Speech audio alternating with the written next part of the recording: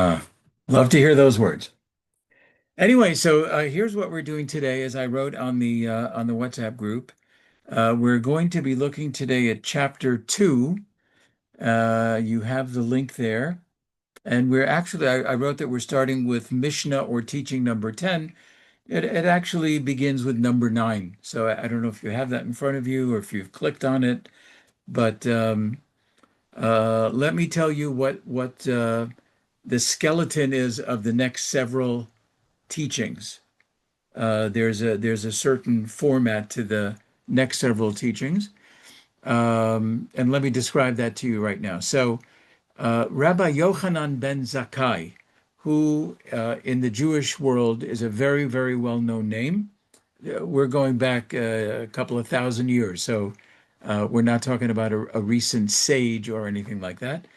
Rabbi Yochanan ben Zakkai, after the destruction of the temple in the year 70, um, he was an illustrious student of Hillel. And we've mentioned Hillel, I think, several times before. One of the great students of Hillel.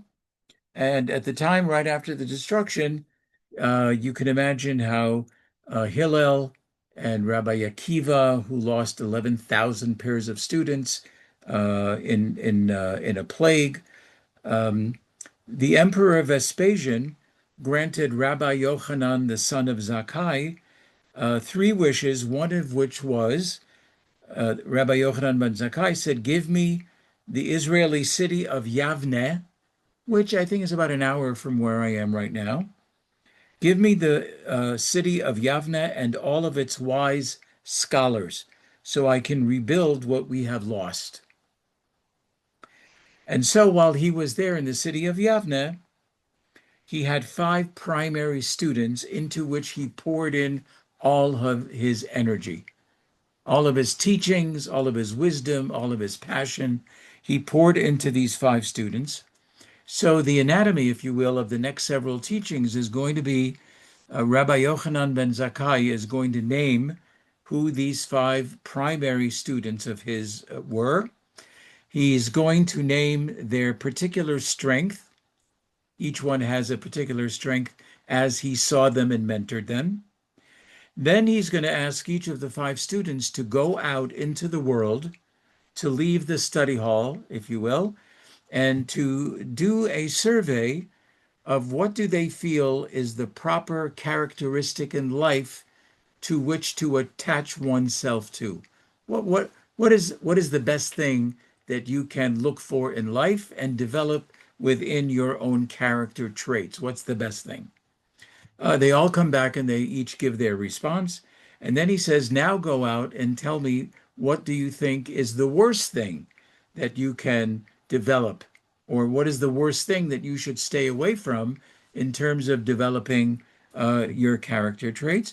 And then they come back and each one has a response to that particular question. So that's kind of where it goes. And then this rather long teaching, even though it's chopped up in the Chabad website here, it's chopped up into different numbered teachings. It really is one long teaching. So the end of the whole thing, the punchline of the whole thing, is where he then reviews three teachings of each of the five students. Well, we're not going to look at all three of each of the five.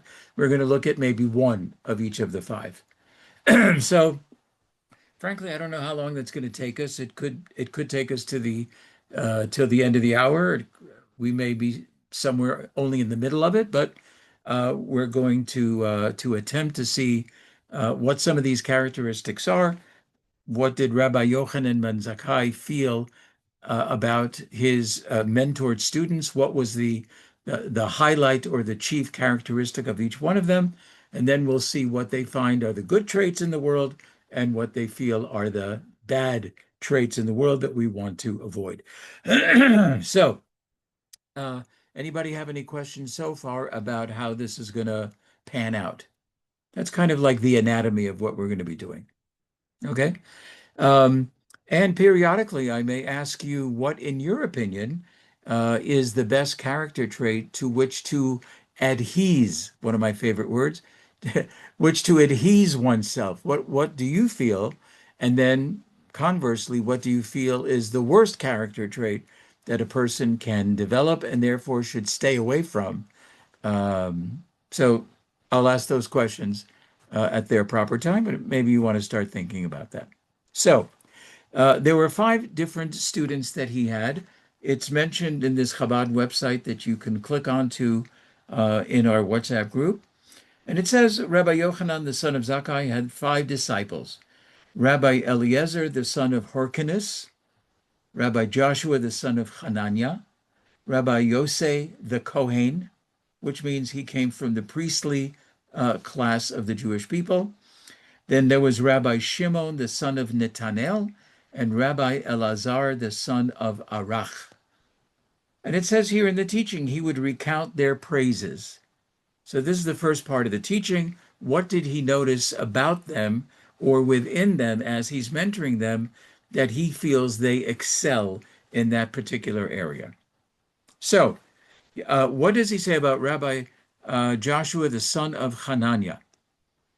First, Rabbi Eliezer, the son of Hyrcanus, he says he was like a cemented cistern which doesn't lose a drop. Parenthetically, nobody has ever said that about me. So I was glad to read it about somebody. What does it mean? He's like a cistern that doesn't lose a drop. Apparently, he was well known and well honed, an amazing memory that retained everything he learned. So, we would say everything. I don't know. I wasn't there. But he seemed to have been known for his excellent memory. There are great rabbis that I studied under at Yeshiva University to get my rabbinic degree, excuse me, who would come in, give a 2-hour lecture on something in the Talmud for 2 hours, mention 100 different sources. Code of Jewish law, this tractate of the Talmud, this source, this midrash, this whatever, and did not have a sheet of paper in front of them. So would that qualify as a cistern that doesn't lose a drop? Is that called people would call that today a photographic memory. But that's incredible. 2 hours of sources without a sheet of paper. So the cynic would say, well, how do you know they were accurate? Maybe just to, just to impress everybody, he was quoting sources that never existed. It's hard for me to imagine that, given their reputations, etc. So that's what he said about Rabbi Eliezer, the son of Hyrcanus. Then he had another student named Joshua, the son of Hananiah, and he said about him, "Blessed is the mother that gave birth to him." Now, does that mean he wouldn't have said that about the first student, Rabbi Eliezer, about which he said he's like a cistern that doesn't lose a drop of anything he learned? I'm not sure that one comes to exclude the other, etc. He's just mentioning what strikes him as these students that he has mentored, what they have really honed well. Okay, so the fact that his mother should feel blessed that she gave birth to him doesn't necessarily speak to him as much as his mother speaks to him. But so the commentaries say, what does that mean? So apparently, Joshua, the son of Hananiah, his mother, even before he was born, would visit every study hall, they say about her, and ask that its scholars should pray that her child be wise and learned. This is even before the child is born. She's going to this various study halls to ask for blessings to give birth to a wise and learned son. And then they say that when he was an infant, she would take him to the study hall to hear the words and the passions of its scholars and to hear the sweetness of how and what they study. So in that sense, blessed is the mother, because she was trying to put him on a certain track, asking for blessings even before he's born. After he's born, taking him, you can just imagine in this little bassinet or whatever, placing him on a table just so that he should hear the sounds of Torah study. So here I must mention my father of blessed memory. He and my mother were both survivors of the Holocaust in Hungary. And when I was a teenager, we would every Shabbat afternoon, every Saturday afternoon, 2 blocks away, there was a rabbi, Rabbi Emmanuel Lazar. How I remember his name all these years later, I couldn't tell you. Rabbi Lazar would have a Talmud class for about an hour and a half every Shabbat afternoon. And my father would literally drag me to this Talmud class. And for me, it had 2 strikes against me. A, what did I know about the Talmud at the age of 12, 13? The answer is very little. The other thing that it was against me was it was in Yiddish. I don't speak Yiddish. I didn't know Yiddish. So I'm sitting there for an hour and a half, not understanding a word this Rabbi Lazar is saying, not really knowing what he's studying, because this is not what I was studying in my classes at the Providence Hebrew Day School at that time. And I often would say, I don't want to go. I don't want to go because all of my friends are in the street playing or they're in each other's houses doing whatever they do for Shabbat afternoon. And I remember often getting somewhat angry at him. I don't want to go. I don't understand it. Why are you taking me? The reason I mention that is because once I entered Yeshiva University for my rabbinic studies, wouldn't you know it? A lot of the terminology, a lot of some of the subject matter came back like that. And I didn't expect that. And the passion with which the rabbis under which I studied, the passion with which they taught, and the sing-song method with which they taught. Rabbi Eleazar said to when you finally have the holiday of Passover, you need to have only matzah, not any kind of leavened bread. And the music of the study came back to me like it was just the day before. So I can appreciate when Yochanan ben Zakkai is praising the mother of Joshua, the son of Hananiah, when she took this infant into the study hall and had him listen to all of that, because she must have known what my father knew, that all of this is going to end up in a good place, even though you don't speak Yiddish, even though you don't know what the subject matter is. Somewhere it's going to give you a blessing. And thank God, ultimately it did.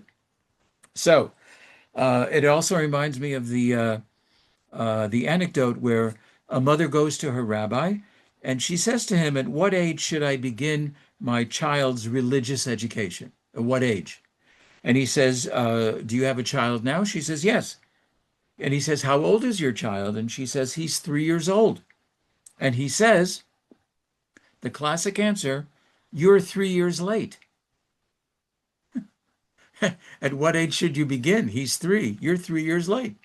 In other words, that rabbi understood what my father understood, what the mother of Joshua, the son of Hananiah, understood, that all of that in your early years makes an impact, and you'd be surprised what an impact it makes. Again, stop me anywhere. I'm happy to answer any questions if I can. The third student that he had was Rabbi Yosei the Kohen. I'm not sure why he's not known as the others, Rabbi X, the son of Y. But here he's Rabbi Yossi the Kohen, the pious. Some translators have that. Rabbi Yosei the pious. And what he said about him was he had a profound inner piety and purity and a lofty connection with God. He exhibited a great loving kindness towards heaven and towards other people. That's what struck Rabbi Yochanan ben Zakkai, that he had an inner piety and purity. If you were to ask me, how can you tell that about somebody? So I would say, I don't know if it refers to the amount of knowledge. So there's a phrase in Judaism called hadrat panim. Hadrat panim. Panim is the face. Hadrat means there are some people who have a certain glorious face. It has nothing to do with makeup. It has nothing to do with eyebrows. It has nothing to do with the physical features. But sometimes you can look at spiritual people and you can sense that there's something something going on in that person that is higher reaching and higher accomplishing spiritually than the average. I don't know if that explains it well. And that's what he sensed about this student, Rabbi Yosei, the Cohen, that he had that. And I was blessed in my life so far to have met many people, men and women, who have this feature that you look at their face and you know that there's something sweet, pious, pure going on in their lives, in their head. They are connecting in certain ways that the average person may not be connecting. And you can tell it just by looking at it before they open their mouth. You can tell there's something special going on. So that's what he felt Rabbi, about. Yes. quick question. So isn't that an example of one of the levels of the soul that we recognize that in someone? Um, It's a I've good. heard that. Okay, it's a good question. It could be. I am not yet too expert on the five levels of the soul, but it could be that one level of the soul is something so visible. You know, you think of the soul being invisible, but it could be a measure of somebody's soulfulness, if you will, that you can somehow read it. You can read it Yeah. on their face. Like we So, say someone lights up a room when they come in, they kind of that aura that they give right, when aura. you're in Aura their is a nice word. presence. I like Yeah. that. Aura. And some people have that. And as we know, some people don't or lack it. Yeah. What are you going to say, Patrick? Rabbi, just listening to you there, I don't know as appropriate analogy, but I'm thinking of Moses Okay. uh, um, when he meets with God and his face Yes. shone. Yes. And obviously that was probably in a way an extreme example, but it's the presence of God in somebody's face. Yes. That's a nice analogy. In the Torah, they call it a keren or. Keren is a beam, a shining. Or is light. And they say that when he descended Mount Sinai, his face shone so much that I don't know if this is in the text or in the commentaries, that when he was with the people, he often had to wear a mask of some sort so that it doesn't fill in the blank. It doesn't affect the people in any kind of a negative way by seeing this. You know, it's almost like watching maybe an eclipse or something. But yeah, I would say that that could be an aspect of it of what he had. Maybe this is what Rabbi Yochanan ben Zakkai is picking up with Rabbi Yosei the Cohen. So now he mentions the fourth student, Shimon, the son of Netanel. About him, he said he fears sin. So I do a lot of writing in my margins as I'm taking notes on different things, and I wrote to myself, didn't they all fear sin? I'm going to put my money on the fact that all of these five students feared sin. So it wasn't necessarily clear to me, but looking at some of our commentaries, one said he would avoid any thoughts and deeds which might conceivably lead to sin. Now, that is a highly trained, highly disciplined mind that you can so control it that you don't want to see anything that you can't unsee, that you can focus on the things you're going to hear, the things you're going to see. Um, that's an amazing ability. Another commentary said he was highly disciplined to shake off any crumbs of wrongdoing or even wrong thinking. I guess I'm amazed by that because I am, so far from that. I mean, I like to think of myself as a spiritual person, but can I shake off thoughts that easily? No. I can't. Do I try to work on it? I do. But Rabbi Shimon, the son of Netanel, seems to have done a really, really good job at this by shaking off anything that could possibly conceivably lead to a sinning thought, a sinning deed. Okay. The last student of the five, Rabbi Elazar ben Arach, Rabbi Yochanan ben Zakkai said he is like a spring that flows with ever renewed vigor, like a spring that flows. So I've never really seen a spring or a waterway that's from its beginning to the end, but I'm imagining as it's moving along, it gains force, right? As it cascades, it's gaining force. This is what I'm imagining. So, what does it mean that he was like a spring that flows with ever renewed vigor? One of the commentaries says he was never satisfied with yesterday's knowledge or inspiration, but sought to increase every day like a spring. Every day he wanted to know more. So, a few weeks ago, we had two members of the Israeli army with us. They are not Jewish. They are in the conversion program of the Israeli army, Israeli Defense Forces, and they spent Shabbat with us. And one of them asked a lot of questions about Judaism, which we love because that's why we were happy to have them. We told them, ask anything and everything. We're here for you, etc. One of the things that one of the two gentlemen, the other one was a little bit quieter, etc. One of the things that literally floored the gentleman that was more verbal and more curious and inquisitive. We told him that even at our age, my wife and I are talking to him. We had other guests too. Even at our age, we are still learning things about Judaism, Jewish law, Jewish ritual, Jewish history, whatever. Even at our age, we are learning new Jewish things. And he could not believe that. He said, I get what? Like at your age, you don't know everything there is to know about what there is to know in Judaism. And we said we know a drop in a bucket of what there is to know. I'm not just saying this about Judaism. Whatever faith community, it's vast. The texts, the commentaries, the thoughts, the sermons. Can you ever know all about it? And we said at our age, we still don't know all about it. And I just remember his face was like, what?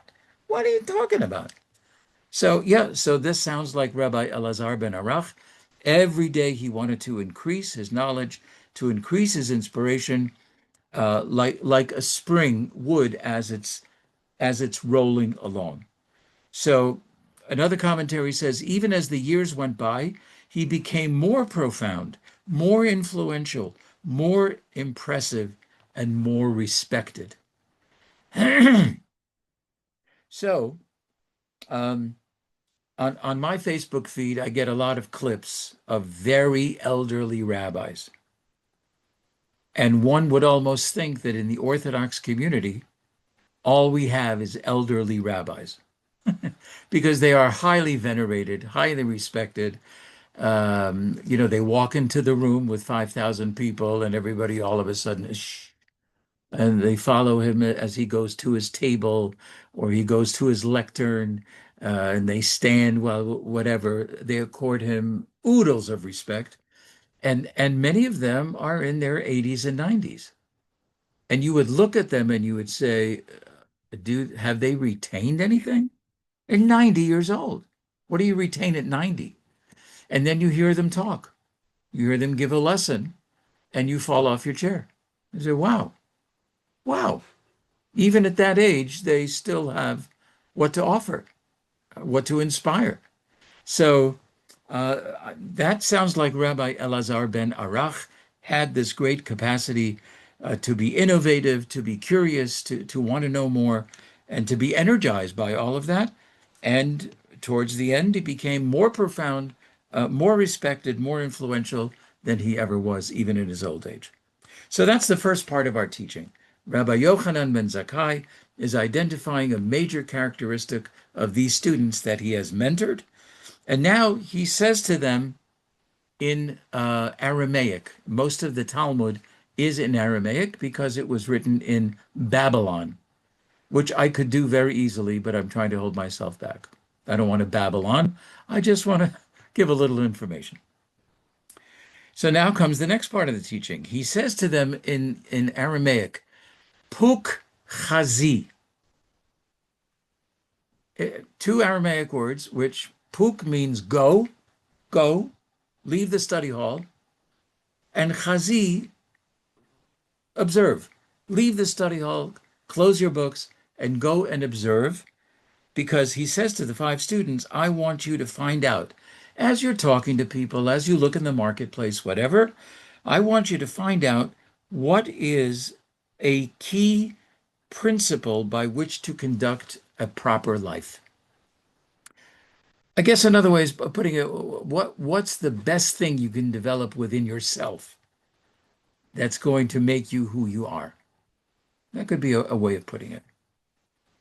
So they all go out and then they come back. And the text doesn't say how long were they out of the study hall. When did they come back? Was it a day? Was it a week? Was it a month? I don't remember seeing any commentary about that.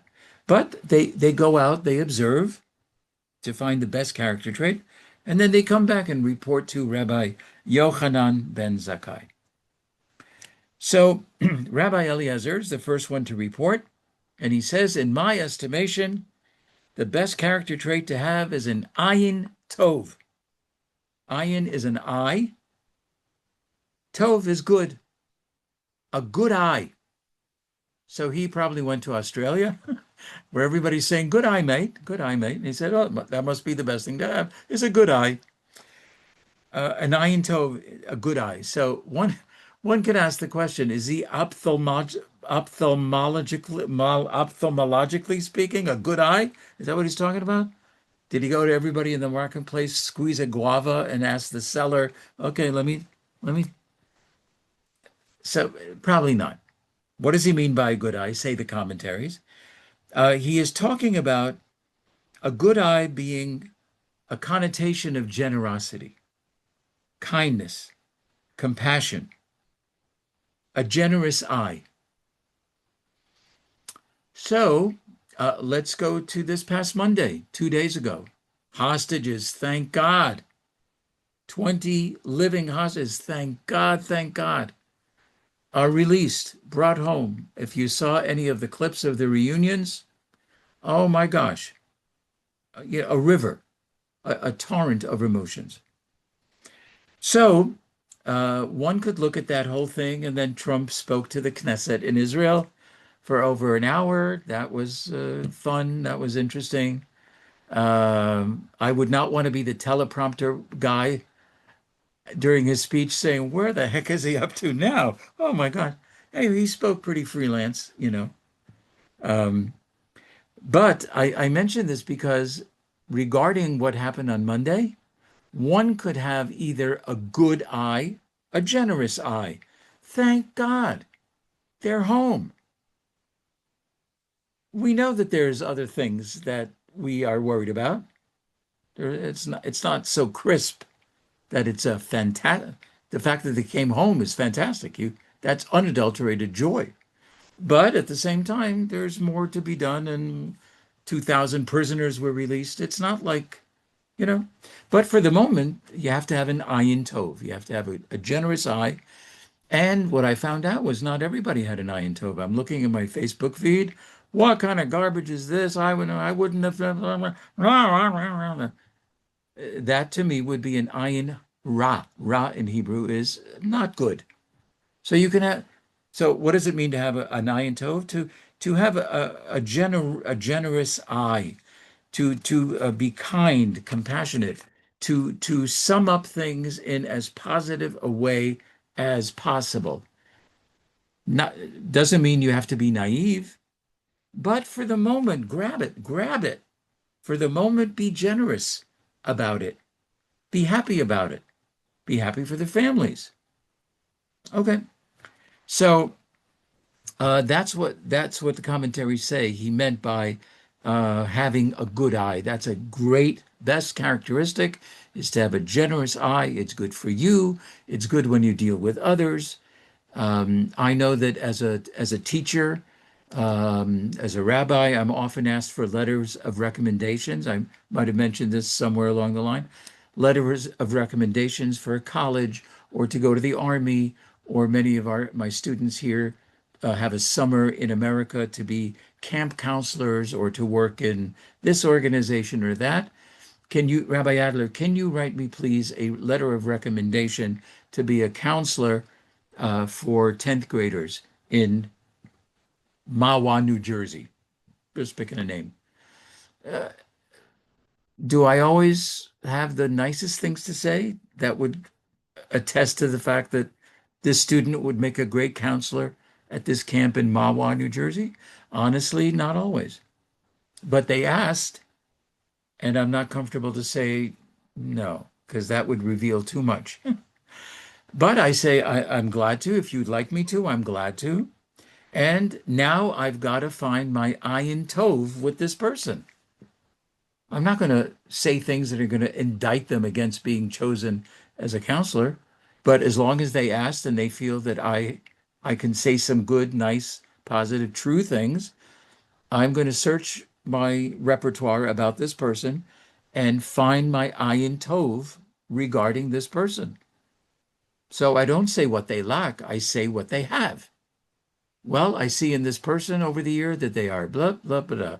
And that could make a very good counselor. I see this person as and that could make an excellent counselor in your camp.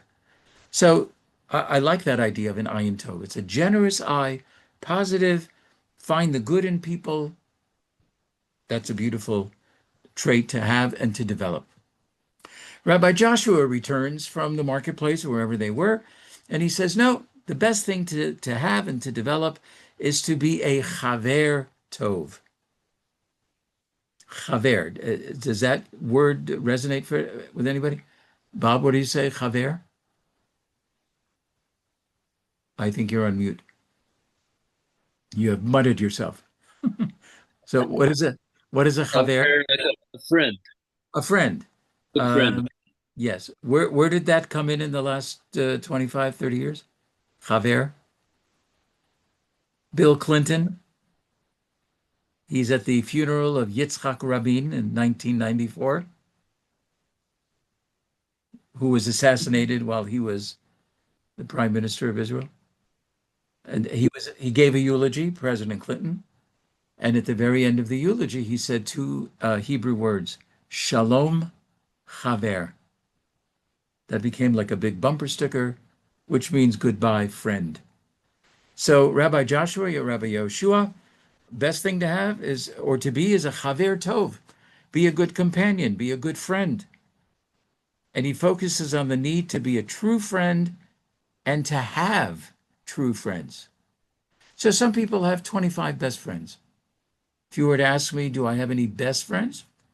I have people I'm very, very close to, people I study with several times a week. Do I have a best friend? I don't know that I would identify a best friend. But I have a lot of close, best, I don't know. Anyway, that's what Rabbi Joshua says, to have and be a true friend, close interpersonal relationships. And the more friends you have, the more they double your joys and share in your sorrows. So there's a lot we could say about a friendship, etc. You may remember in a previous teaching where it said one of the three teachings, the triads, da-da, da-da, and da-da, da-da. One of them was purchase for yourself a friend. As we said in Hebrew then, knei lecha chaver, buy yourself a friend. If you don't have a friend, buy one. That's how important having a friend and being a good friend is. So that's Rabbi Joshua. That's what he came back with. Chaver tov, nothing beats that. Then comes Rabbi Yossi. And he comes back with his answer, shachein tov, be a good neighbor. Like a good neighbor, State Farm is there. Is that commercial still on TV? Like a good neighbor, State Farm is there? No? I think that was written by Barry Manilow. He did a lot of little ditties like that. Rabbi Yosei, be a shachein tov, a good neighbor, which means, be kind, be volunteering. A neighbor needs a rake. Do you have a rake? Give him a rake. It can be, it can be a host. What was that? Yeah. Oh, okay. It could be a host of things. And the commentaries say To be a shachen tov, a good neighbor, is to live within a moral and faith-based society. Live in a place where you can rely on the goodness and the empathy of neighbors. And you ought to become one of those as well. It's not only on the other person to be good, reliable, faithful, but you should become one of those too. So, one of the many things that Israelis are known for, besides honking, which we do 25 hours a day. Bobby, right, you lived here. Honk everywhere you go. Is it honk impatience, not the flower, just the people are so impatient on the road. I'm not sure why that is. But one of the things that Israeli people are known for, we host strangers for Shabbat. Strangers. I don't know anything about them. We'll see a WhatsApp group. Hi, there are two people visiting Efrat. They want to know if Efrat is a good community for them to live in. Can anybody house them? Yeah. Yeah. Tons of people sign. Sure. Happy to. That's what you see in the WhatsApp. Of course, of course. In most places, that's unheard of. Do you know who they are?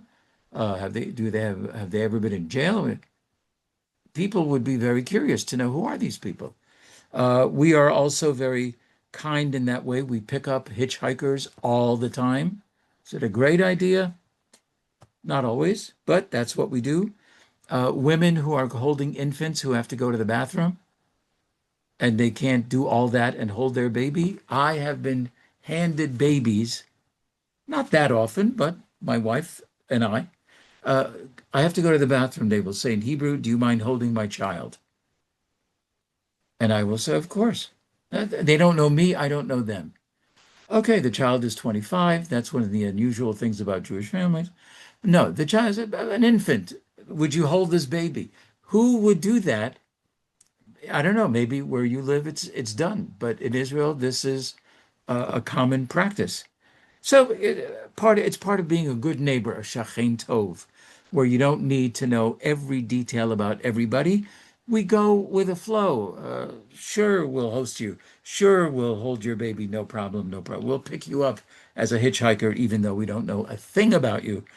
And it's not always proven to be safe, but in general, this is what we do. Now comes the next student, Rabbi Shimon, and he says, what's the best character trait to have? Haro'eh et hanolad, one who sees the consequences of their actions. Meaning, not to act impulsively. Weigh and choose your words carefully. Think ahead. Think twice. But if I were to wrap it up in 2 words or 3 words, don't be compulsive. Whatever you think, whatever you say, whatever you do has its consequence. And that's what Rabbi Shimon is talking about. That's the best character trait to have. Think it through. What's going to happen if, and then that. Dominoes. Everything is a domino. What's going to be the next, and the next, and the next. So that's Rabbi Shimon. That's a character trait I think we can appreciate. And Rabbi Elazar is the last student. And he comes back with his best character trait, Lev Tov. Lev is a heart, Tov. Best character trait to develop is to have a good heart. So is he talking physiologically? Is he talking medically? And no, he's talking about having a good heart. Can I give you an example of a good heart? I think we could all give it an example. And we might be talking about ourselves. You know, I feel myself as a very good-hearted person. We probably know people that you would describe as, wow, they have such a good heart about them. And Rabbi Yochanan ben Zakkai, when he hears Rabbi Eliezer say the best trait to develop is to have a lev tov, a good heart, he says that is the best trait of all the 5 that were just reported, because if you have a good heart, it leads to all the other 4 qualities. If you have a good heart, it leads to the other 4 qualities. So, in the Jewish community this week, we are going back to the very beginning of the book of Genesis. We just had a holiday called Simchat Torah, where we finished reading all the end of the 5 books of Moses. And at the same time, yesterday in the synagogue, we had another Torah scroll and went back to the very beginning just to read the first few days of creation. And this Shabbat will be the first Torah portion of the 5 books of Moses, which is the creation story, Adam and Eve, Cain and Abel, and all that. Garden of Eden, the snake, etc. So one commentary noticed that in the beginning of the chapter of Genesis, the story of creation, before the first time that the word tov is mentioned, and that's repeatedly mentioned, God created this, and he saw that it was good. It was evening, it was morning, the third day. On the fourth day, he created it, and he saw that it was tov. It was good. It was evening, it was morning, the fourth day. Fifth day, he creates whatever. God saw that it was good. It's tov. That's what it says in the Torah. It's tov. It was evening and it was morning, etc. One commentary noticed that before the very first time the word tov or good is mentioned, there are 32 words before the word tov, which means nothing yet, except that in Judaism we have something called gematria, which sounds very similar to geometry. And it means to say that in gematria, in this system, every Hebrew letter has a value. So the Aleph, the first letter, has a value of 1. The Bet has a value of 2. The Gimel has a value of 3. And then it jumps into the tens. A letter has the value of 10, then 20, and 30. Then it jumps into the hundreds. The last 4 letters of the Hebrew alphabet have a value of 100, 200, 300, and 400. So the letters that create the number 32 are Lev, which means heart. So this commentary notices that before the word tov, which means good, there are 32 words preceding it, and 32 is the same gematria, it's the same numerical value as the word Lev, which means heart. So you have the 32 words Lev, and then comes the word tov. So Lev Tov, that's exactly the characteristic that he's identified, to have a good heart. Many Jewish organizations, when they give out their annual awards at their annual dinners, etc., it's almost guaranteed that somebody will receive the Lev Tov Award.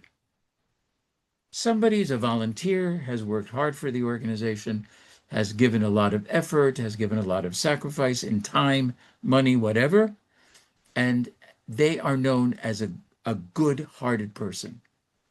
Very often at a Jewish funeral, the speakers will refer to the deceased as having had a Lev Tov.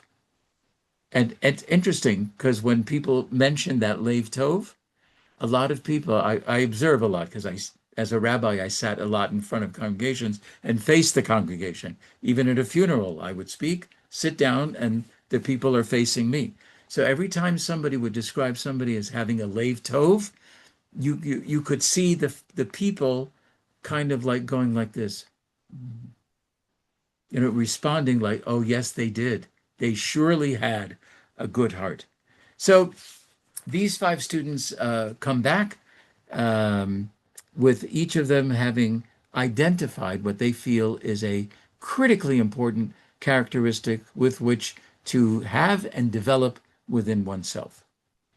So the next stage is going to be Rabbi Yochanan ben Zakkai sends them out again and find me the worst character trait that a person should avoid. What's that? But before we get to that, let me ask you the question. Each of you, or some of you, one of you, what would you say is a really excellent character trait to have and to hone, to develop, to work on, something that you feel is very, very critical in your life, national life, family life, whatever? What is your thought on that? For me, what comes to mind, besides what's been mentioned here, and obviously the heart, but integrity.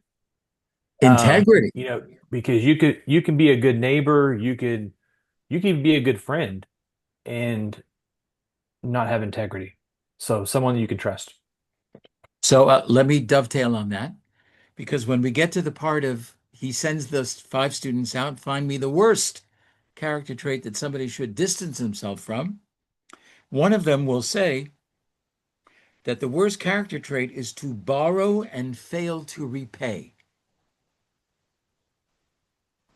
So some of the commentaries say, what does that mean? What's so horrendous about that? Yeah, it's not good. It's not good business sense to borrow and never repay.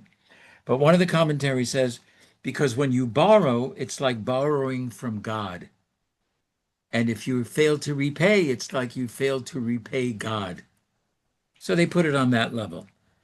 But as I review this lesson, in which I did a couple of times today, this particular lesson, I felt that it is talking about exactly what you're saying, integrity, that borrowing without repaying affects a person's reputation. And reputation and integrity, I think, are good neighbors. If you don't have that, you can be really good at a whole lot of things. But if you don't have integrity, you don't have uh, a reputation, you can suffer personally, in your family, in business, and whatever, up to the point where there's a teaching in Pirke Avot. I don't think we got to it yet, as far as I know. It says that there are a person can wear different crowns, meaning they can be known for different things. They can wear the crown of leadership. It doesn't mean that you have to be the president of an organization, but some people you can identify as, oh, I teach 8th grade, 9th grade, 10th grade, 11th grade, 12th. Already in 8th graders, I can tell this is a leader. I can tell already, I can see I can tell this is a leadership kind of person. So you can wear the crown of leadership. You can wear the crown of wisdom. Some people are wise. Some people are knowledgeable. Some people have a certain insightfulness about things. You can wear the crown of being spiritual. As we mentioned at the very beginning, some people's spirituality is written all over their faces. What is the teaching? But better than all of those crowns is the crown of a good name. So if you can leave this world wearing the crown of a good name, meaning the crown of integrity, the crown of an excellent reputation, if you can leave this world with that crown, the commentaries say you are peerless in being able to do that. So I appreciate what you said, John, about this idea of reputation and integrity. That's an excellent character trait. Yeah, Patrick, what were you going to say? To answer your question, Rabbi, I mean, it's a difficult question, but I suppose the most praiseworthy characteristic is the ability to empathize and have compassion and feel how other people are feeling, especially when they're hurting. Empathy. Yeah. How do you see that as different from sympathy? Well, you can sympathize with somebody in their predicament, but empathy, I think, is deeper. It means almost you feel what they feel. So if they're sad or angry, you understand so much that you can relate to it and put yourself in their shoes. Okay. Yeah, that's an excellent quality to have, to develop, hone, train yourself to be empathetic. I've always taught that empathy is sympathy in action. Yes. Right? You can sympathize and nobody benefits from it. No. But once you put that sympathy into action, that becomes, in my definition, it becomes empathy. And I suppose if you are empathetic with people, it brings a degree of healing to them. Oh, yeah. That somebody is sharing their burden. Oh, yeah. Listen, the 20 hostages that were just Yes, exactly. returned, thank Exactly. God. Oh, have they got a lifetime Exactly. of things to work out? And the more empathic or empathetic people that they are surrounded by, that's going to increase their ability to Yeah. get back to anywhere back to normal Yes. were before October 7th, 2 years ago. It's, I don't know where, I think this is a biblical quote, but maybe it's not. A burden shared is a burden halved. I don't I know. think that's Hallmark. I think that was the Hallmark. Maybe it is. Is it a biblical? Anybody know? I don't know. I just came to my mind. No, it sounds biblical. Yeah. I don't know. I I don't don't know. It's know, in but Proverbs or whatever. I don't maybe, know. maybe in Proverbs or Hallmark or something like that. Yeah. Yeah. Yeah. So sorry, but we have empathy is excellent. We have integrity. Anybody else want to share what you think is highly important for you or for the world, for your family, the way we are together? Any other character trait that's worth developing to the highest degree?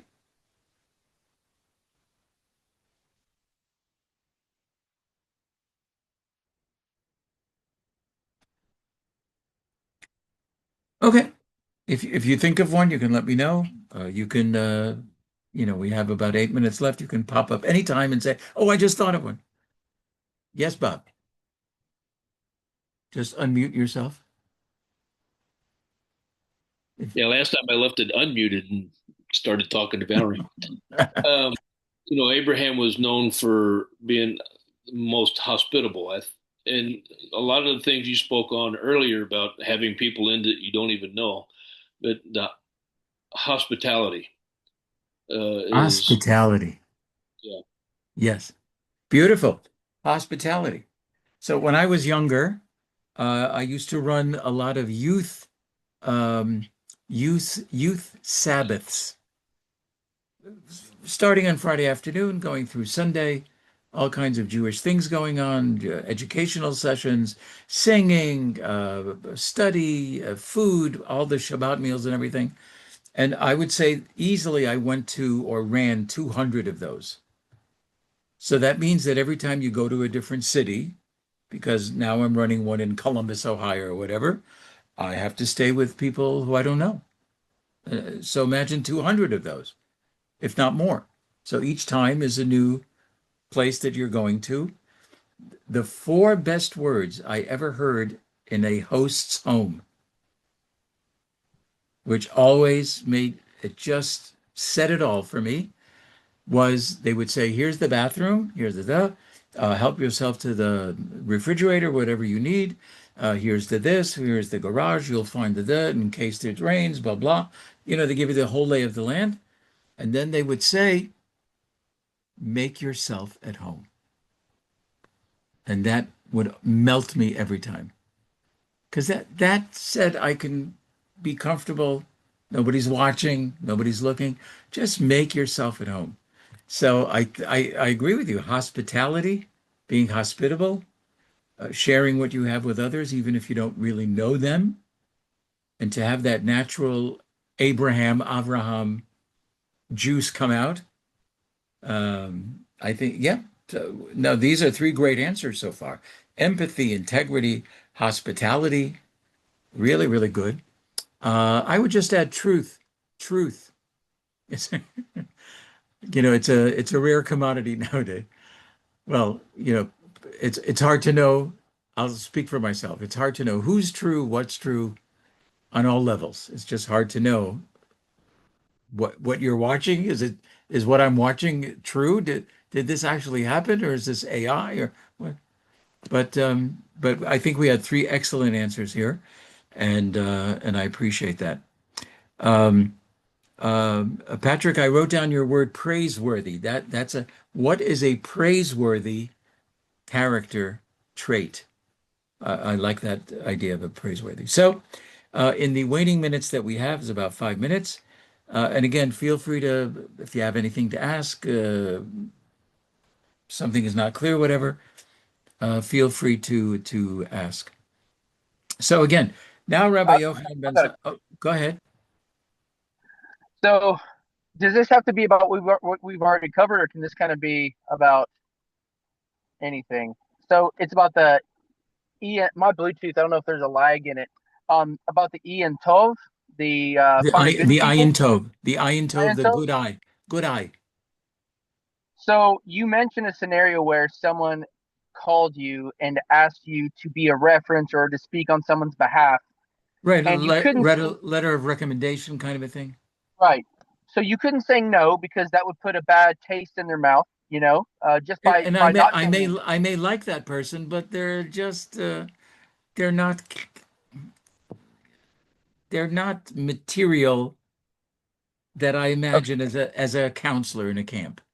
But they do have these positive traits, and maybe that would translate to a good counselor in your camp.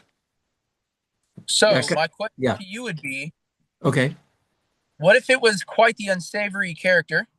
Yeah. You didn't really have much to say, and you wouldn't want them. You think it might bring harm or disfavor to their future employer, without Yes. crossing the lines of lashon hara. How would and not you can't by omittance. You're also kind of you could you could be speaking ill against their character. How would you go about protecting the future employer, protecting the person that you don't really like's character? How would you go about navigating a less than favorable rapport with that person when someone asks you without lashon hara and without all Uh, the good stuff? Nothing, no gossip, no slander. All right. Here's what I found to be pretty effective.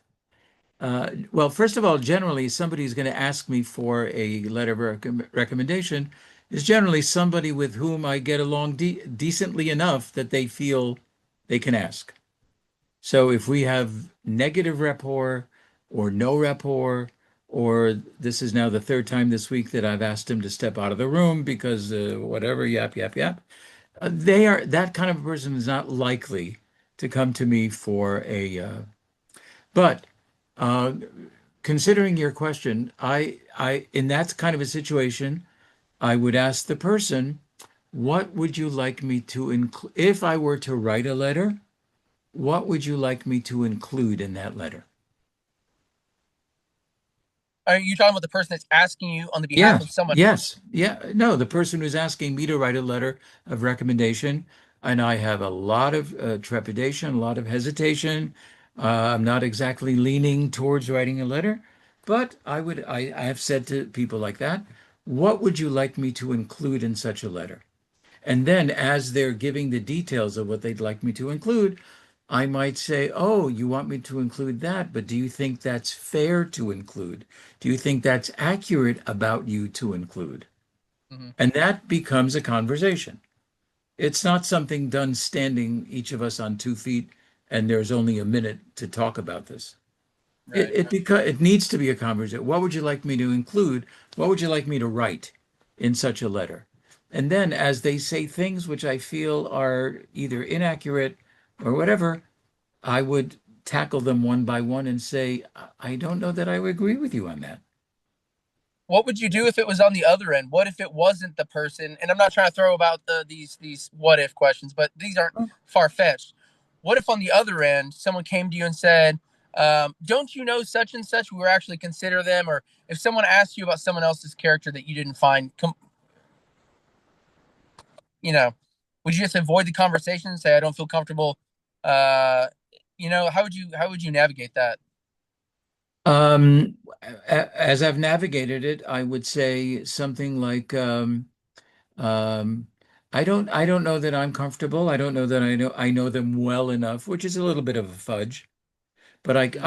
I can name for you one or two people that have a much closer relationship with them and give them Okay. those names. I might ask those two people if I can give them their names before I do that, but I would try to. I don't like closing doors, so I wouldn't Mm-hmm. say no, I can't. Period. Mm-hmm. I would say I don't know if I feel that I know them well enough to do that, but I Okay. do know a couple of people who might be perfect candidates for such a letter or such a Sure. assessment. Okay. So it closes part of the door, but it opens another part of the door. So Gotcha. there are other people that could be very good for you. I may Mhm. not be the best one. Mhm. But wow, these are good questions. Good observation. Well, so here's where we're at. We're at the 9 o'clock period in my time, wherever it is at your time. So God willing, the next time we pick up, we're going to continue at this part of the teaching where Rabbi Yochanan ben Zakkai now wants to hear what they have to say about character traits to avoid. What are the best character traits to avoid? I just want to tell you, we're not going to be so shocked and surprised because most of them will come with the opposite of what they said was a good. So one says, oh, the best thing to have is a good eye, generous eye. He might come back and say the worst thing to have is a bad eye, meaning an ungenerous eye. So we'll see how that plays out, but that will be the next part. And then after that, each of the 5 students was known for 3 teachings. We'll look at only one teaching of each of the 5 students. And then there's a great lesson at the very end of chapter 2, which is oft quoted in the Jewish community, which is a beautiful, beautiful teaching. And that for us will end chapter 2. So I think next week, God willing, we will finish chapter 2, and then that will be a third of the way through Pirke Avot. There's only 6 chapters, so you finish 2. We're a third of the way done. Okay, listen, thank you for joining us today. I really appreciate your input, your interest, your curiosity, your questions, your observations and comments, all enriching to me. And God willing, you see you next week. And again, privately or on the list, if you have any questions, clarifications, whatever, feel free to write it. And again, thank you for participating in being able to pay for the Zoom. And I look forward to this time every week. So I Thank you, thank Rabbi. you for Thank you, Rabbi. I thank you for making it that way. Thank you. All Thanks. righty. Have a wonderful, wonderful day and a good rest of the week. Thank You you. would. Take care. Shalom.